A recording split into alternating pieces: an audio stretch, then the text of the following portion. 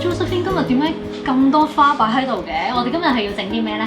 係啊，我哋今日整保鮮花香薰機啊！哇！咁但係我係手殘喎，完全我係手工藝唔得㗎。你要教我點整喎？好啊，咁我今日預備咗唔同顏色嘅保鮮花。呢啲係保鮮花，即係唔係真花嚟㗎？定係真花嚟㗎？其實佢係真花嚟㗎，咁佢經過特別處理咧，其實佢可以保存2至3年㗎。所以就係叫保鮮花啦。嗯，呢個襯我啊，你睇。呢個色你。我咧就中意色彩鮮豔啲嘅顏色。咁你揀大概5至6朵先。揀5至6朵，即係我揀咩色都得嘅，我自己襯下你啊。揀完主花之後咧，可以揀啲襯花。呢個咁長嘅，咁我點啊？咦，到時你可以剪咗佢，即係襯翻呢啲素色。我信你，你幫我揀。你揀一個紅紅地色嘅草。好，襯落呢度。係，不如襯呢個白色花，因為呢個質地咧都係有啲木質感覺嘅。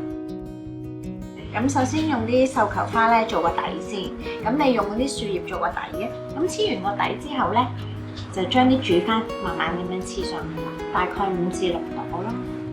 10年冇做勞作，呢啲手工藝好好玩，成手都係。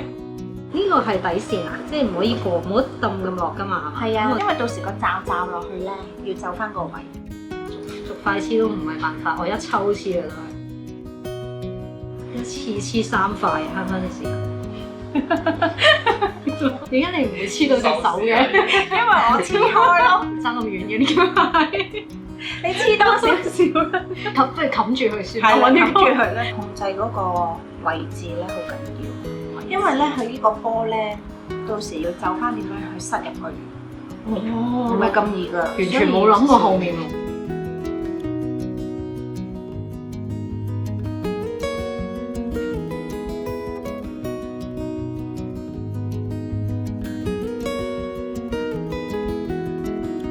你嗰個靚好多喎，但我想講，因為我做咗好多次。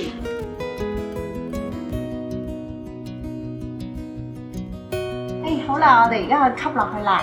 好，慢慢就翻個位喎。我終於明點解你話要走，你太多。等先，攞翻出嚟先，要補鑊。要預㗎。OK，未落得晒。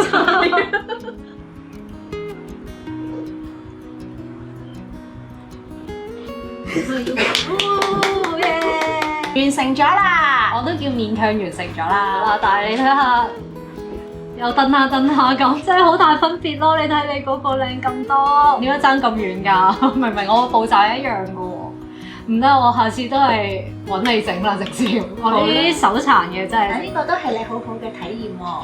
都係嘅。今次整呢部香薰機有幾樣嘢要留意，係點樣顏色嘅配搭啦，同埋點樣揀個襯花令到嗰部香薰機更加突出，同埋要留意翻個擺花個位置。